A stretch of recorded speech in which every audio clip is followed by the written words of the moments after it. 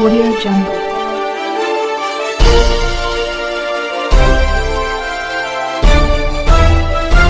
Audio Jungle.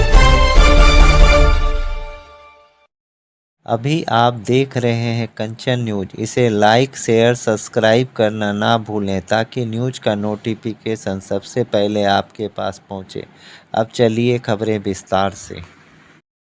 मेरी आवाज जहां तक पहुंच रही है, मैं सबसे पहले महाराष्ट्र की इस महान भूमि को डॉक्टर बाबा साहब भीमराव अंबेडकर, छत्रपति शिवाजी महाराज, साहूजी महाराज, अन्ना भाऊ साठे, गाडगे महाराज, संत तुकाराम, आंदोलनों और क्रांतियों की भूमि सावित्रीबाई फूले की इस भूमि को नमन करता हूं, आपको प्रणाम करता हूं।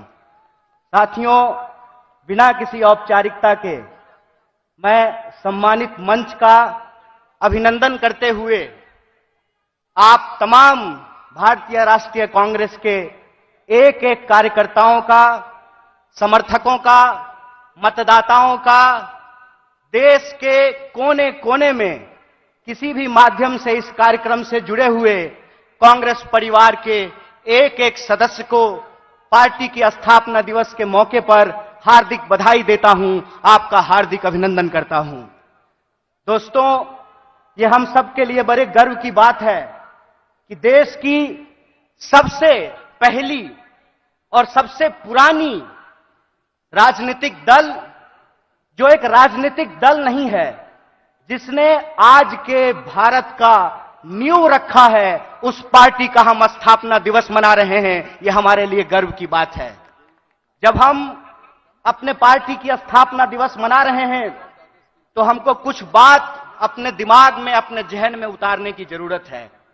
सबसे पहली बात यह है कि जब हम नागपुर में यहां मना रहे हैं तो जो लोग नागपुर को संघ भूमि बनाना चाहते हैं, उनको हम चुनौती देना चाहते हैं, जब तक कांग्रेस पार्टी जिंदा रहेगी, जब तक इस देश में एक भी कांग्रेसी कार्यकर्ता जिंदा रहेगा, अपने रक्त के आखिरी कतरे तक नागपुर को संघ भूमि नहीं, दीक्षा भूमि बना करके रखेगा। इस बात को याद रखिएगा।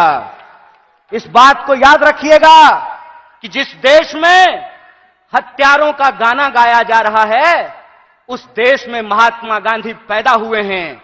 और महात्मा गांधी ने जिस पार्टी को बनाया है, जब तक वो पार्टी जिंदा रहेगी, तब तक आप इंसान को इंसान से नहीं लड़ा सकते हैं। हम बोलते रहेंगे, रघुपति राघव राजा राम, पतित पावन सीताराम, ईश्वर अल्लाह तेरो नाम, सबको सन्मति दे भगवान। हम यह तराना गाता रहेंगे, इस बात को याद रखिएगा। और जब आज हम पूरे देश को यह संदेश देना चाहते हैं भारतीय राष्ट्रीय कांग्रेस की तरफ से कि हैं तैयार हम, तो किस बात के लिए तैयार हैं हम तैयार हैं इस देश के संविधान की रक्षा करने के लिए। आप तैयार हैं कि नहीं है? इतनी जोर से आवाज लगाइए कि यह आवाज नागपुर से दिल्ली तक पहुंचनी चाहिए। आप तैयार हैं कि नहीं है? हम तैयार हैं इस देश की जमहूरियत को बचाए रखने के लिए। हम तैयार हैं इस देश में कमर तोड़ महंगाई को समाप्त करने के लिए। हम तैयार हैं इस देश के नौजवानों को रोजगार मुहैया कराने के लिए। हम तैयार हैं महिलाओं के ऊपर होने वाले अत्याचार को समाप्त करने के लिए। हम तैयार हैं आजाद देश में आजादी की रक्षा के लिए। हम तैयार हैं, यह हमारा संकल्प है। और जब हम इस संकल्प को दोहरा रहे हैं तो एक चुनौती भी हम लोगों को समझना पड़ेगा भाइयों। चुनौती यह है कि आप में से बहुत सारे लोगों को एक अनुभव हुआ होगा कि जब आप किसी पॉकेटमार को ट्रेन में पॉकेटमारी करते हुए पकड़ लेंगे तो पॉकेटमार इतना चालाक होता है कि वही जोर से चोर चोर चिल्लाना शुरू कर देता है। बोलिए, होता है कि नहीं होता है?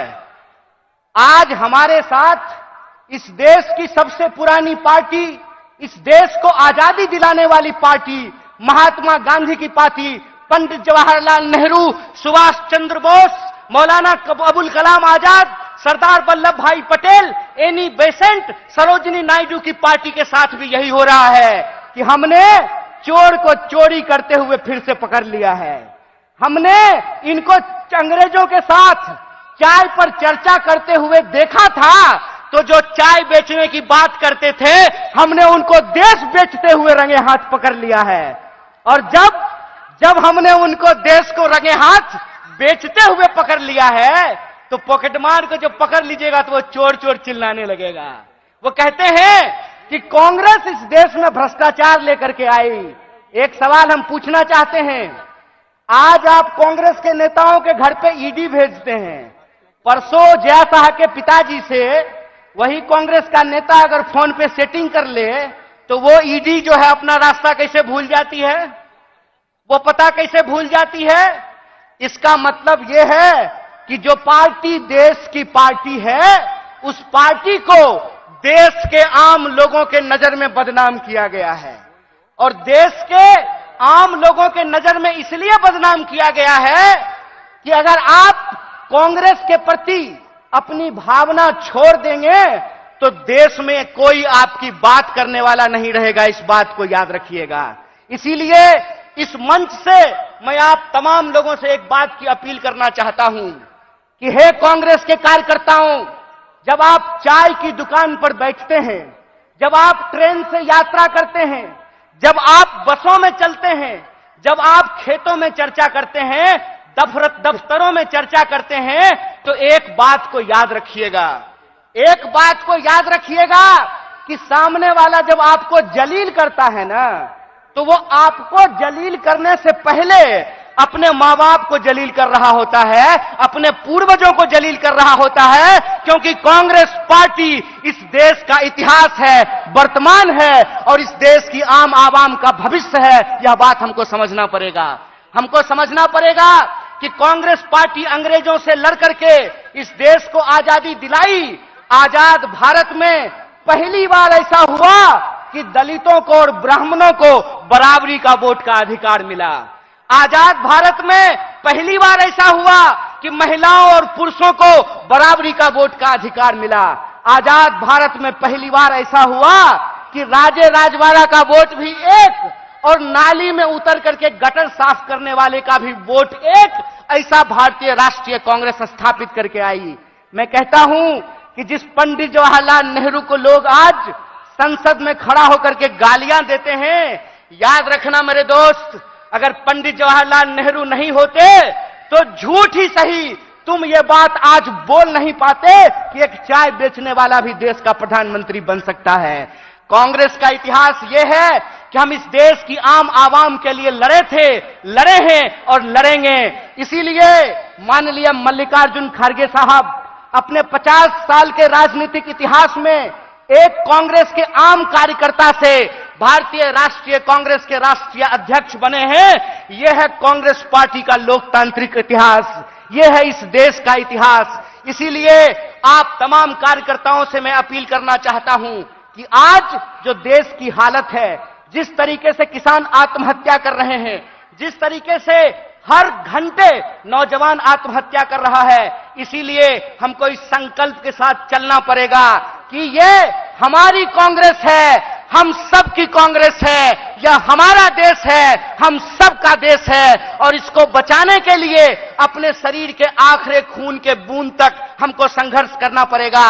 तो आप बताइए, चुनावी हार जीत अपनी जगह पे है, देश बचाने के लिए, संविधान बचाने के लिए, सबको शिक्षा के लिए, सबको काम के लिए आप तैयार हैं कि नहीं हैं?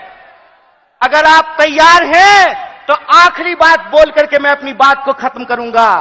हमारी रगों में उन पूर्वजों का खून बहता है जिन्होंने इस देश को अंग्रेजों की 200 साल की गुलामी से आजादी दिलाई थी।